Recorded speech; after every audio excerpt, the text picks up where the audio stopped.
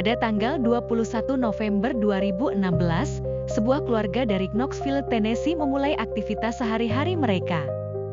Sekitar pukul 6 pagi, sang ibu memanggil putrinya yang bernama Emma. Dia berniat membangunkannya agar putrinya pergi ke sekolah. Namun ketika ibunya memasuki kamarnya, seperti yang dia lakukan setiap pagi, Emma tidak bereaksi, juga tidak menjawab panggilannya. Jadi dia mendekat dan menyentuh kakinya agar Emma bangun dari tempat tidur. Saat itulah sang ibu menyadari bahwa putrinya tidak merespon. Dia mendekat dan meraih tangannya untuk merasakan denyut nadinya, tetapi tangan putrinya terasa dingin dan dia tidak bisa merasakan denyut nadinya. Pada saat itulah, dia mulai panik dan melihat wajah putrinya. Kemudian dia menyadari bahwa putrinya tidak memiliki tanda kehidupan, sehingga dia segera menelepon 911. Beberapa menit setelah menjelaskan kepada operator tentang apa yang telah terjadi, polisi tiba di lokasi pada pukul 6 pagi lewat 30 menit. Saat petugas menemukan bahwa gadis itu telah meninggal, petugas polisi akan segera tahu alasannya. Begitu berada di dalam ruangan untuk melihat kondisi gadis tersebut, petugas menyadari bahwa Emma memiliki bekas luka tembakan di kepalanya. Di bagian belakang telinga kirinya dan beberapa sentimeter jauhnya, ada lubang yang menembus hingga bantalnya. Petugas kepolisian menyadari bahwa ada lubang bekas tembakan di dinding, tetapi setelah melihat lebih dekat, mereka menyadari bahwa sebenarnya ada 2 bekas tembakan. Seseorang telah menembak 2 kali dari luar rumah, langsung ditembakkan ke arah kamar tidur gadis itu. Petugas polisi meminta bantuan dan melaporkan insiden ke kantor pusat agar bisa diselidiki lebih mendalam. Setelah bala bantuan tiba, para penyidik berhasil menemukan 2 selongsong peluru berukuran 9 mm di luar rumah. Terlihat seseorang telah sengaja menembak ke arah kamar gadis itu. Ayah Emma mengatakan dia ingat mendengar suara keras pada malam hari itu. Dia memberitahu polisi bahwa sepertinya ada seseorang di dalam rumah membanting pintu, dan ketika dia mendengar suara itu, dia pergi ke kamar Emma untuk melihat keadaan. Dia membuka pintu dan melihat putrinya selama beberapa detik. Saat itu dia tidak melihat sesuatu yang aneh, Emma terlihat tertidur di tempat tidurnya. Jadi setelah menyangka bahwa semuanya baik-baik saja, dia menutup pintu dan pergi ke kamar putranya. Melihat putranya juga tertidur, jadi dia pikir dia hanya salah dengar. Setelah melihat semua anaknya baik-baik saja, dia kembali ke tempat tidur tanpa curiga ada sesuatu yang salah. Ada tetangganya yang juga memberi kesaksian ke polisi bahwa terdengar suara tembakan sekitar pukul 3 pagi lewat 30 menit. Namun, dia juga tidak terlalu memikirkannya dan kembali tidur juga. Keluarga Emma merasa sangat terpukul atas kejadian tragis yang menimpa Emma. Meskipun begitu, para detektif menanyai keluarga dan teman dekat wanita muda itu. Mereka semua berpendapat bahwa satu-satunya orang mencurigakan yang bisa menyakiti Emma adalah mantan pacarnya. Mereka semua menyebutkan nama Riley Gaul sebagai orang yang paling mencurigakan, karena hubungannya dengan gadis itu. Mereka juga telah melihat cara pemuda itu memperlakukan Emma ketika dia menjadi pacarnya, dan bagaimana cara dia berbicara dengan Emma. Setelah mengetahui hal ini, para penyidik mengalihkan perhatian mereka pada anak laki-laki itu dan mulai mengawasi pergerakannya. Beberapa jam setelah berita pembunuhan tersebar, dia membuat sebuah unggahan di Twitter di mana dia menyebutkan betapa besar cintanya untuk Emma. Bahkan mempublikasikan sebuah penghormatan, seolah-olah dia juga berduka atas kejadian tragis tersebut. Emma Jane Walker lahir pada tanggal 20 Maret tahun 2000, dia tinggal di Knoxville, Tennessee, ditemani orang tuanya yang bernama Jill dan Marker Walker, serta saudaranya yang bernama Ivan. Wanita muda berusia 16 tahun itu adalah orang yang sangat menyenangkan dan murah senyum. Senyumnya adalah hal yang paling menonjol tentang dia karena dia menawan dan cantik. Tidak hanya itu, dia memiliki hati yang baik karena dia suka membantu orang lain dan selalu melihat sisi positif dalam kehidupannya. Dia belajar di sekolah menengah pusat yang terletak di Knoxville. Di sana dia segera mendapatkan apresiasi dari banyak teman-temannya atas sikapnya yang ramah. Emma juga bergabung dalam aktivitas cheerleaders dan di sana dia menjalani aktivitas itu dengan serius. Dia suka menjadi bagian dari daya tarik kerumunan. Tujuan terbesarnya adalah menjadi perawat dan dia belajar sangat tekun untuk mencapainya. Hingga pada akhirnya dia bertemu dengan seorang pemain sepak bola yang berusia 2 tahun lebih tua darinya dan nama pria muda itu adalah William Riley Gaul. Pada awalnya, wanita muda itu memperlakukan Gaul sebagai teman karena pada saat itu Gaul punya pasangan. Tapi seiring berjalannya waktu, mereka mulai berkencan dan dia berjanji padanya bahwa dia akan meninggalkan pacarnya untuk bersama Emma. Awalnya, hubungan mereka sempurna dan tampak mirip seperti drama Korea. Namun, ada sikap dalam diri Gaul yang sama sekali tidak disukai Emma. Gaul adalah pria yang terlalu pencemburu dan posesif, terkadang dia mengejek Emma di depan teman-temannya karena kecemburuannya. Namun, dia berselingkuh dengan wanita lain pada saat yang sama ketika dia berkencan dengan Emma. Alasannya adalah karena dia sudah berjanji pada mantan pacarnya untuk pergi ke pesta dansa sebelum dia berpisah dengan mantannya. Emma tidak senang akan hal itu, tetapi dia masih memutuskan untuk melanjutkan hubungan mereka. Seiring berlalunya waktu, sikap Gaul menjadi tak tertahankan. Dia bahkan mengatur pakaian apa yang bisa dikenakan wanita muda itu dan pakaian apa yang tidak bisa dia pakai. Semua ini membuat hubungan mereka retak dan mereka memutuskan untuk mengakhirinya. Tapi ini hanya bertahan selama beberapa hari, mereka bersama lagi dan sedikit demi sedikit hubungan mereka menjadi sangat beracun. Mereka putus, lalu kembali bersama dan itu terjadi secara terus-menerus dalam hubungan mereka. Tak lama setelah itu, Gaul lulus dari sekolah dan mendaftar di perguruan tinggi. Sebelum anak laki-laki itu masuk kuliah, Emma memintanya untuk mengakhiri hubungan mereka. Gaul menolak hal itu, namun ketika Gaul di universitas, Emma menemukan bahwa Gaul mempunyai foto dengan gadis-gadis lain. Saat itulah Emma mengakhiri hubungan mereka sepenuhnya. Selain itu, orang tuanya sudah memperingatkannya bahwa mereka tidak ingin melihatnya dengan Gaul lagi. Sebelum ini, Gaul pernah mengancam akan bunuh diri jika mereka berpisah. Namun, nyatanya dia tidak pernah melakukannya hingga saat ini. Gaul tidak puas dengan keputusan Emma untuk mengakhiri hubungan mereka, jadi dia terus menghubunginya dengan ngotot pada berbagai kesempatan. Dia menunggu Emma di luar sekolah dan mencegatnya agar mereka bisa kembali berpacaran.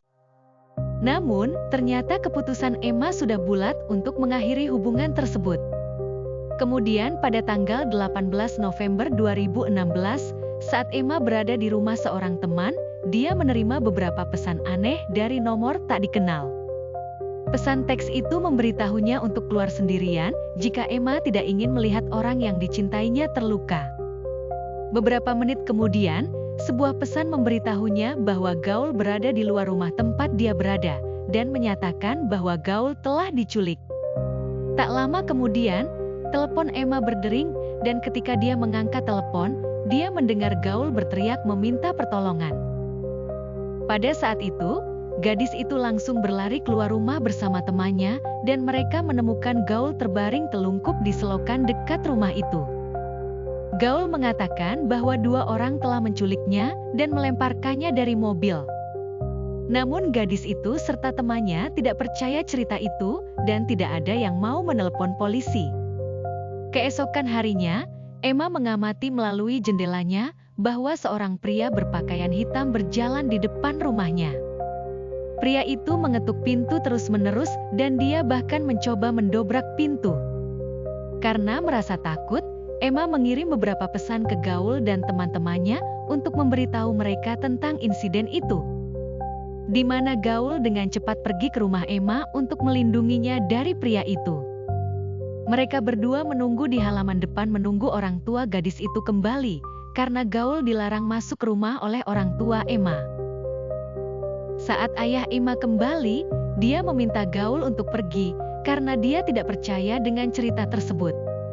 Orang tua Emma memperhatikan bahwa Gaul ingin mendapatkan perhatian putrinya dengan segala cara. Mereka berpikir bahwa Gaul bertanggung jawab atas insiden tersebut, tetapi dia telah melewati batas.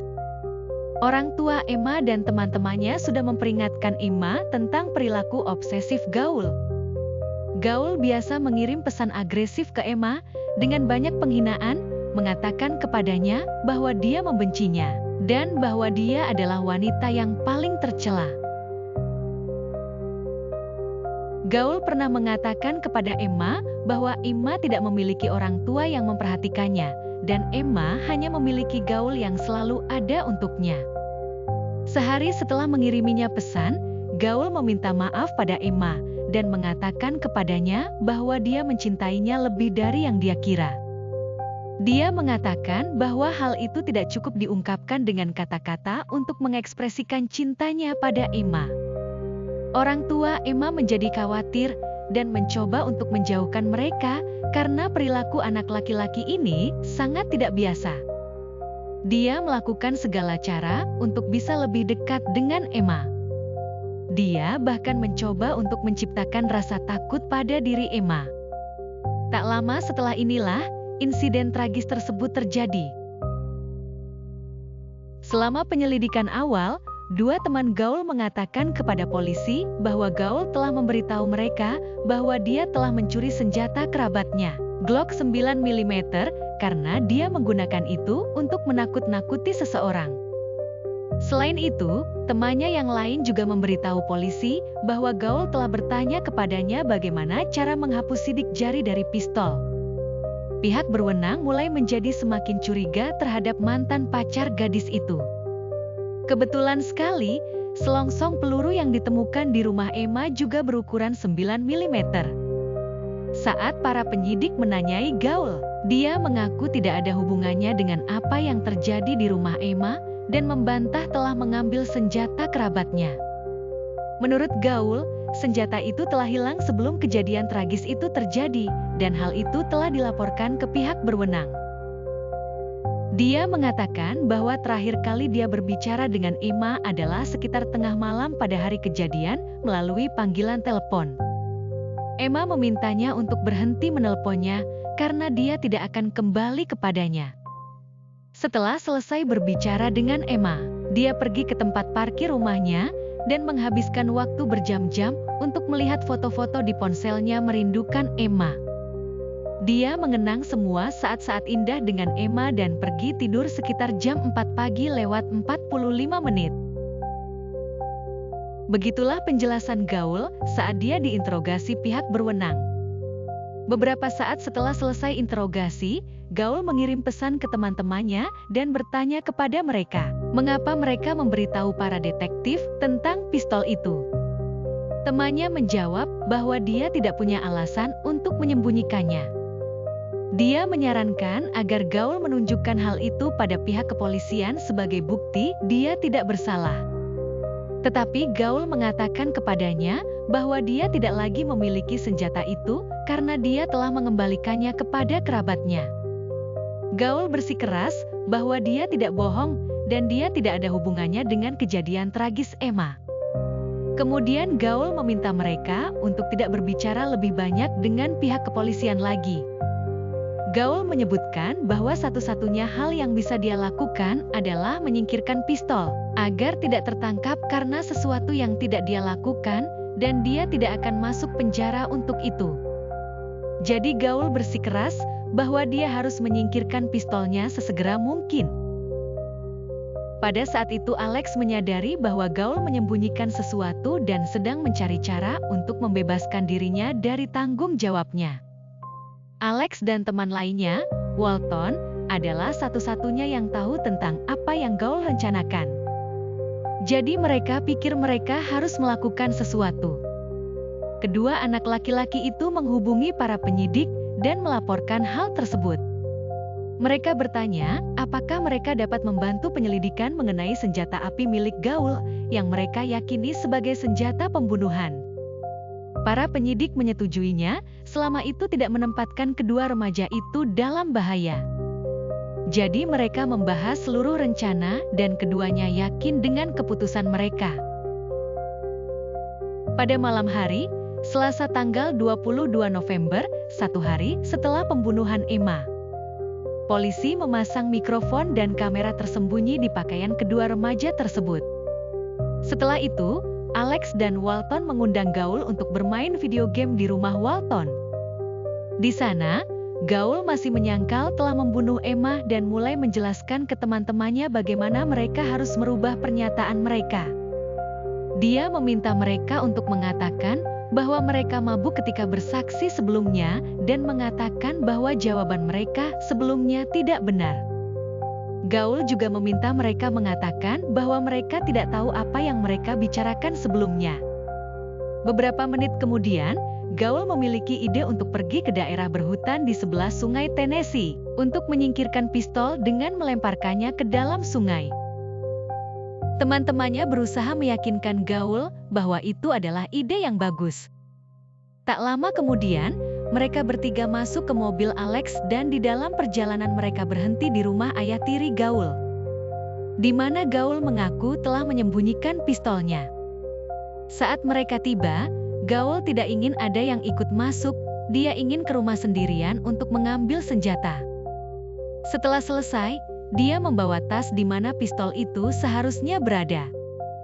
Teman-temannya mencoba membujuknya untuk menunjukkan senjata itu, tetapi Gaul menolak. Gaul ingin segera membuang senjatanya, sehingga mereka bisa bergerak maju sesuai rencana. Baik Alex dan Walton mencoba melakukan hal-hal secara wajar, sehingga Gaul tidak akan mencurigai apapun. Bahkan di dalam mobil mereka bernyanyi bersama dan membuat beberapa lelucon. Mereka juga pergi ke sebuah toko untuk membeli makanan cepat saji. Sementara itu pada saat yang sama, sekelompok petugas mengikuti mereka dengan penyamaran, menunggu waktu yang tepat untuk menangkap Gaul. Alex dan Walton juga berkomunikasi dengan para petugas kepolisian untuk langkah selanjutnya. Saat sampai tujuan, Gaul memakai sarung tangan dan membuka tas yang dia bawa. Teman-temannya menunggu dengan cemas untuk melihat apa yang ada di dalamnya. Mereka melihat bahwa senjata api ada di dalam tas, dan saat itulah Alex menghubungi petugas yang mengikuti. Tak lama kemudian, para petugas kepolisian datang ke lokasi tersebut untuk menangkap Gaul. Gaul pada saat itu histeris dan berteriak bahwa dia tidak bisa masuk penjara. Bagi pihak berwenang, jelas bahwa Gaul telah membunuh Emma dan itulah mengapa dia mencoba untuk menyingkirkan semua bukti yang bisa memberatkannya. Hari itu, Gaul didakwa dengan pembunuhan tingkat pertama dan 6 tuduhan lainnya. Di dalam tas itu, para penyidik tidak hanya menemukan pistol tetapi juga banyak petunjuk lainnya. Ada sarung tangan, tas sampah, sepatu, selotip dan beberapa pakaian hitam. Ini identik dengan pakaian yang dikenakan tersangka di sekitar lokasi pembunuhan pada hari kejadian.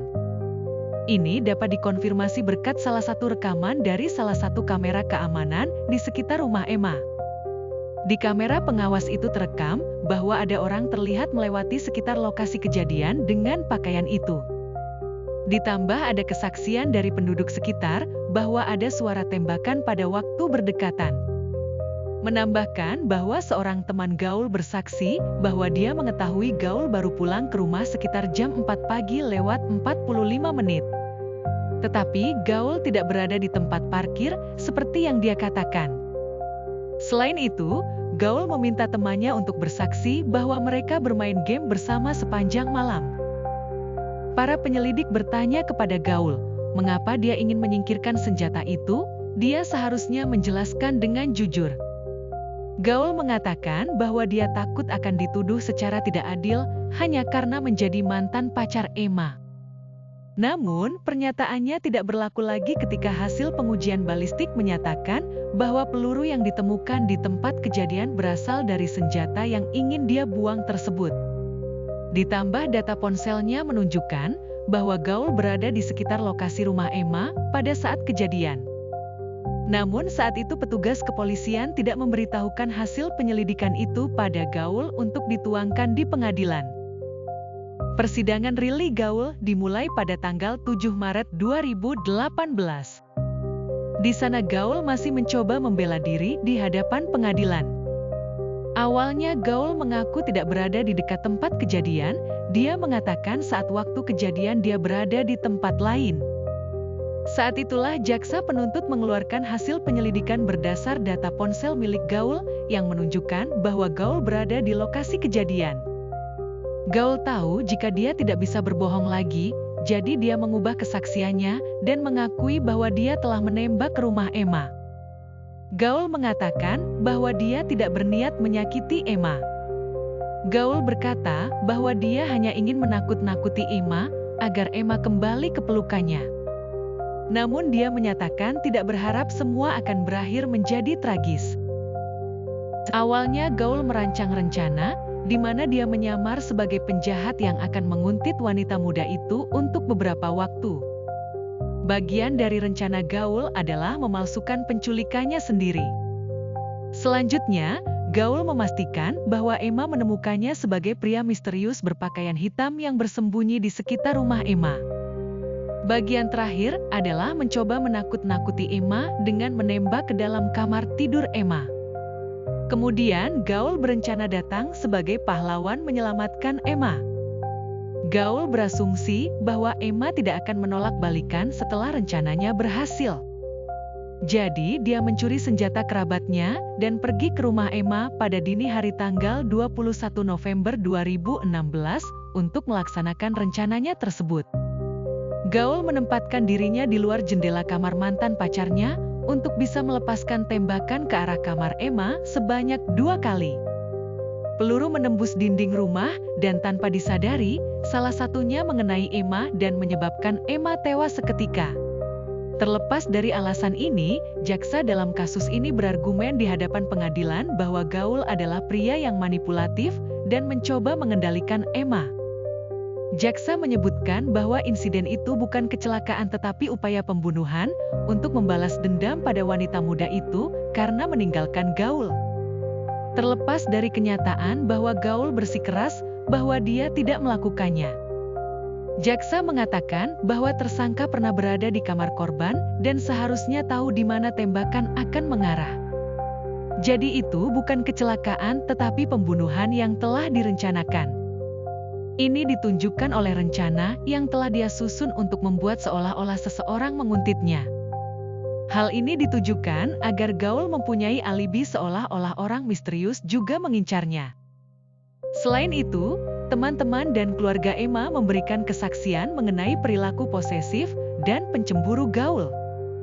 Mereka menyebutkan bahwa Gaul sering mengancam Emma dan menunjukkan tanda-tanda kontrol yang berlebihan dalam hubungan. Kesaksian ini menunjukkan adanya motif di balik tindakan Gaul. Di sini pengacara pembela Gaul masih berpendapat bahwa Gaul tidak benar-benar ingin menyakiti Emma. Namun, hakim menolak alasan tersebut karena tidak masuk akal menakut-nakuti hingga menembakkan senjata api. Hakim memutuskan Gaul bersalah atas pembunuhan tingkat pertama dan dijatuhi hukuman penjara seumur hidup tanpa kemungkinan pembebasan bersyarat. Meskipun kerusakannya tidak dapat diperbaiki dan kerugiannya tidak dapat diubah. Keluarga Emma dan teman-teman Emma merasa lega dengan putusan pengadilan. Kasus ini juga memicu diskusi lebih luas tentang hubungan berbahaya dan pentingnya pencegahan kekerasan. Hikmah yang dapat diambil dari kasus ini adalah menyoroti pentingnya mengenali tanda-tanda hubungan yang tidak sehat dan memberikan dukungan bagi korban. Ini juga mendorong upaya lebih lanjut untuk meningkatkan kesadaran tentang kekerasan dalam hubungan. Sekali lagi, kepada semua hadirin, kami menghargai kehadiran Anda. Terima kasih telah memberikan ruang waktu Anda. Untuk mengetahui kasus lain di saluran ini, jika Anda belum berlangganan, kami mengundang Anda dengan ramah untuk melakukannya. Jika ada kurangnya, kami mohon maaf. Sampai jumpa di siaran kami yang berikutnya. Selamat malam.